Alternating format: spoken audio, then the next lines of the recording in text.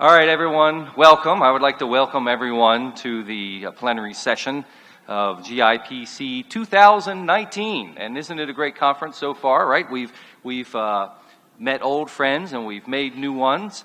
And the conference continues to grow and build, and it's an exciting conference. And I already am planning to attend in 2020, and I hope I see you all there. But I'm getting a little ahead of myself. So let's move into our topic. And I'm also very happy with the topic that we have today, which is role of intellectual property in Make in India and startups, transformation through IP.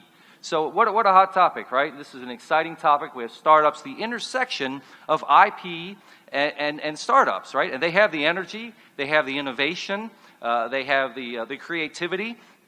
How do we harness all that in the IP system? Can we? And we'll look at those issues, and we might even come up with some answers. And what amazes me, and one of the reasons I really like to come, I'm going to go ahead and, oh, there it goes. Great.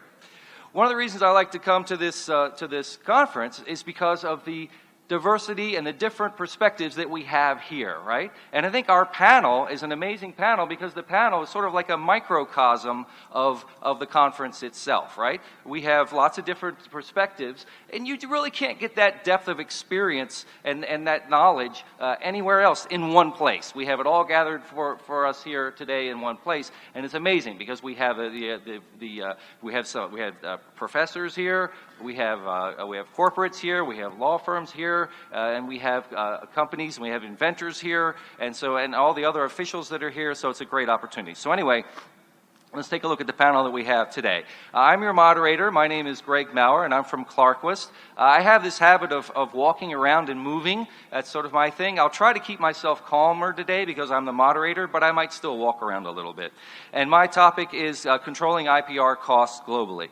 And then the speakers we have Chitra Iyer from Philips, and I think everyone knows who Philips is, so I don't need to introduce that, but maximizing the value of technology-based startups. And that's right in the center of our topic, right? We're trying to create value. Our next speaker is Anshul Sunil Sastry from Krishnan Sastry. You can see their logo right here. Everybody knows who they are. And the topic is key highlights of Make in India and Startup India and deal breakers in collaboration. So that's an interesting topic right there, right? Startups want to make deals, but they want to make the right deal, and some deals they shouldn't make. And then we have Kompal Ray from Lakshmi Kumar, and again, they don't need an introduction because they're helping to support the conference. And the topic there is navigating IP ownership issues for startups. An issue that might be overlooked, but can be critical for startups. And then the next speaker is Munish Sudan from Tata Steel Limited. And I think we all know who Tata Steel is. And so his topic is deploying IP as a strategic tool. Now, we were supposed to have Mr. Balaji Viswanathan talk. Unfortunately, he couldn't make it.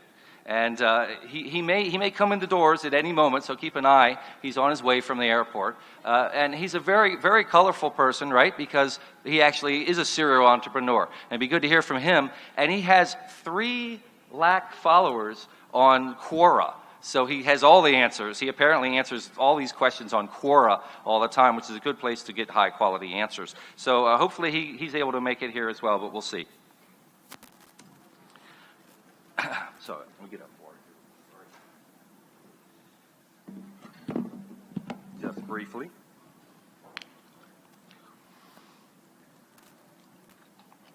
Big mistake is to start the presentation without water. Okay, so my topic is it coming across?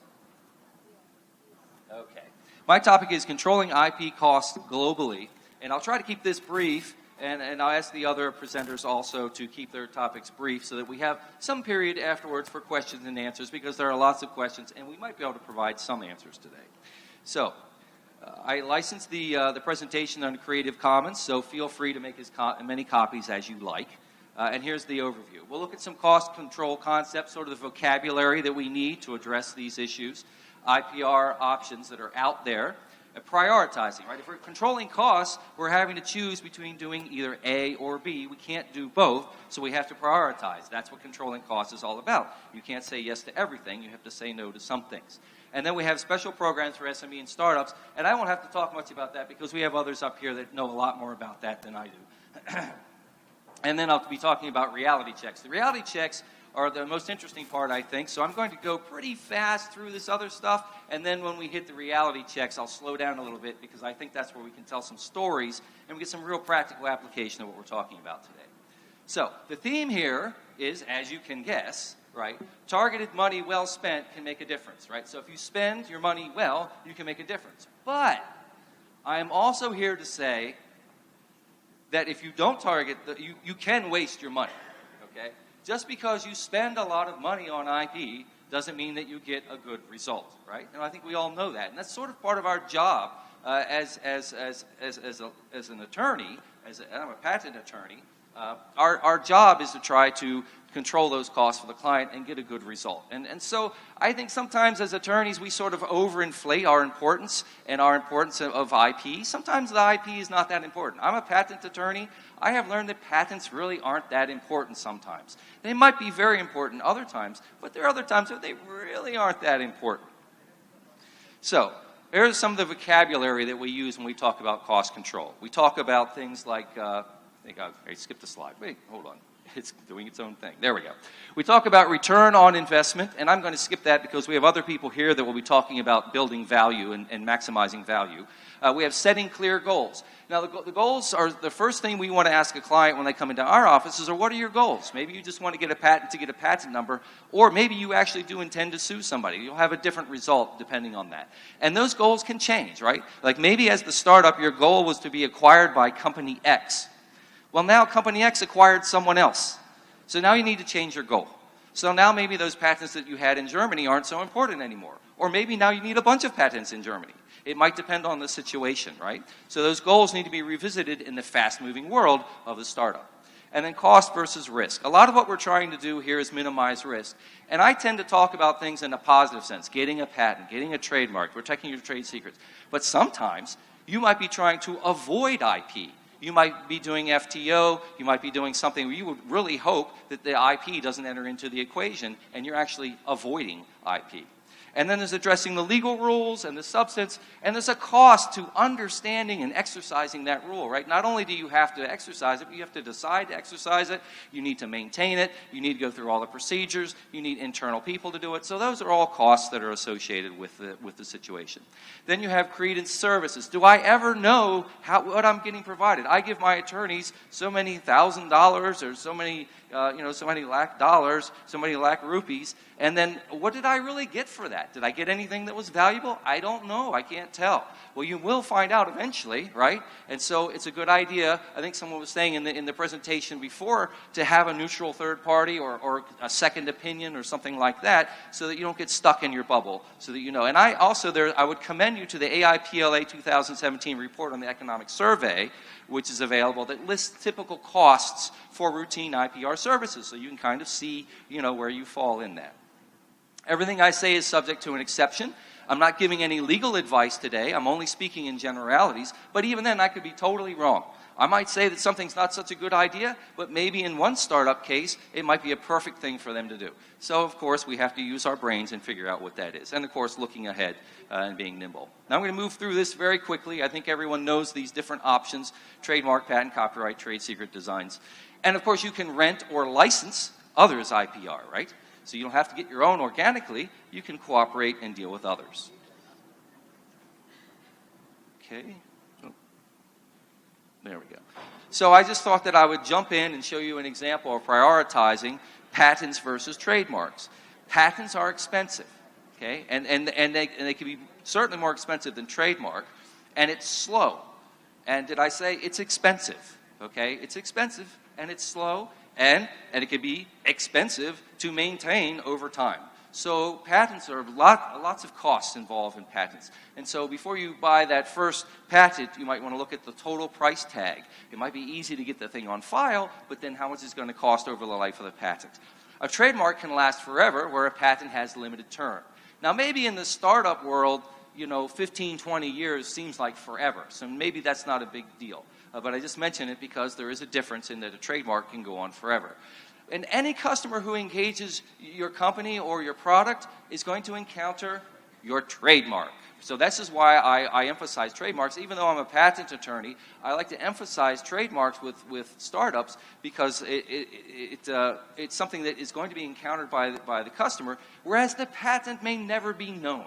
Right? The patent may be something that can be hard to police, and it may be difficult to understand, and so it might not actually have that much value from a visibility standpoint. And patents can be speculative, right? You can file a patent application, you might not ever get the patent, or the patent that you get might be very, very narrow, and so you spend all this money and you really didn't get anything that's very valuable, whereas with a trademark, you've protected your name, which can be very valuable. And strong patents can be a ticket to a deal, right? So the idea is that even though I've said that patents are expensive and you might not want them, I could be totally wrong. There might be a situation where you actually want a patent because it's a way of the startup of making the deal.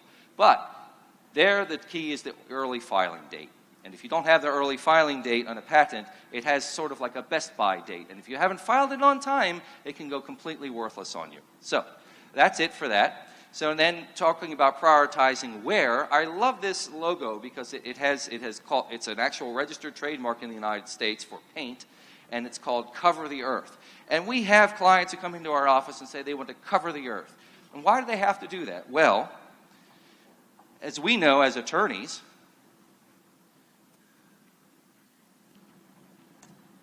it's not moving.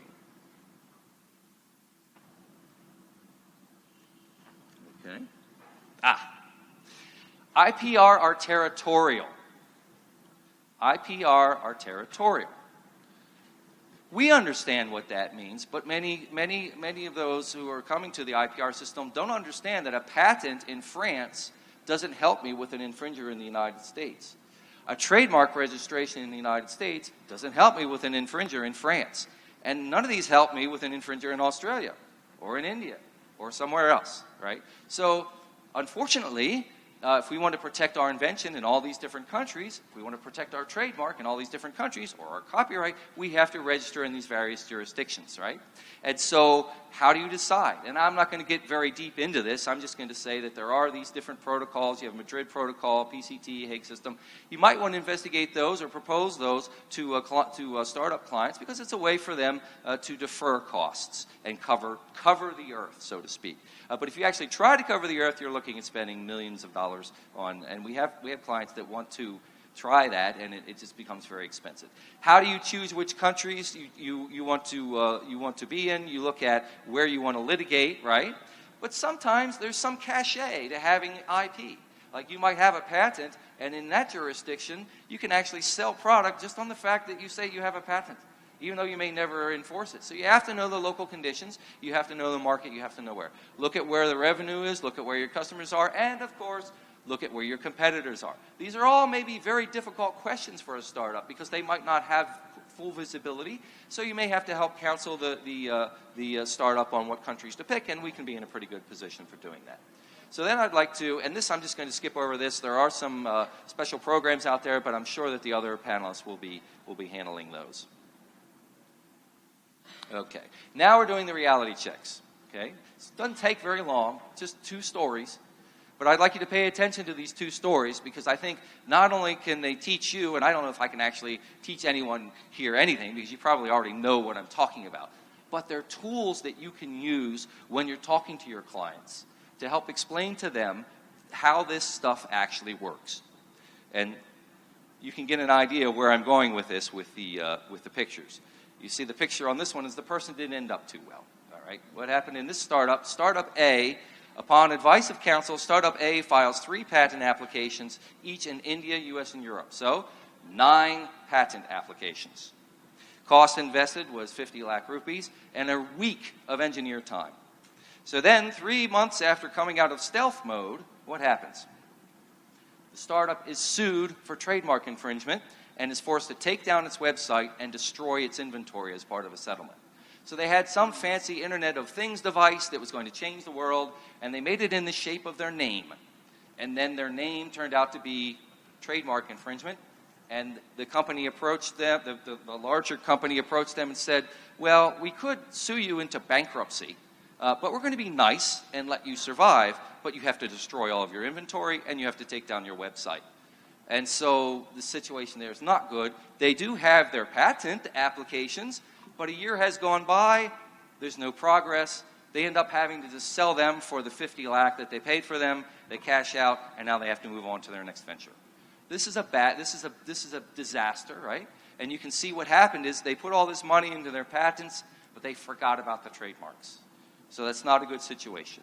Startup B, on the other hand, and you can see where they're headed, right? Startup B files 2 intent-to-use federal trademark registration applications, one on the house mark and one on a tagline, soil to soul for coffee. So they had this coffee Internet of Things thing that was going to change the way that we drink coffee. And during prosecution, they found out that soil to soul has already been used. So they changed that and they used something else. Startup B appoints an open source compliance officer, and the officer consults with counsel and files a couple U.S. copyright registrations on her own. She works with counsel to figure out how she can choose and file the copyright registrations even without the attorneys. And then the total cost is only 3.5 lakh in a couple hours of her time. And then the startup achieves significant market share and is approached by Company X for acquisition. And during the negotiations, what does Company X do? They take this Internet of Things software and they run it through their auditing system, and they find out that that Startup B employed a sophisticated open source strategy. They actually didn't just blindly use open source, they used it in an intelligent manner. And that there are copyright registrations that are out there to protect the proprietary important secret sauce, or whatever. It might not be secret sauce, but the sauce that helps it run. And then Startup B holds out for a higher acquisition price. So an intelligent, even though they didn't spend more, but they had intelligently applied their IPR, they ended up in a better place. So that's it. I mean, that's essentially my takeaway, is that spend your money wisely, and other considerations may be more important to some companies than the IPR. So, thank you for your time.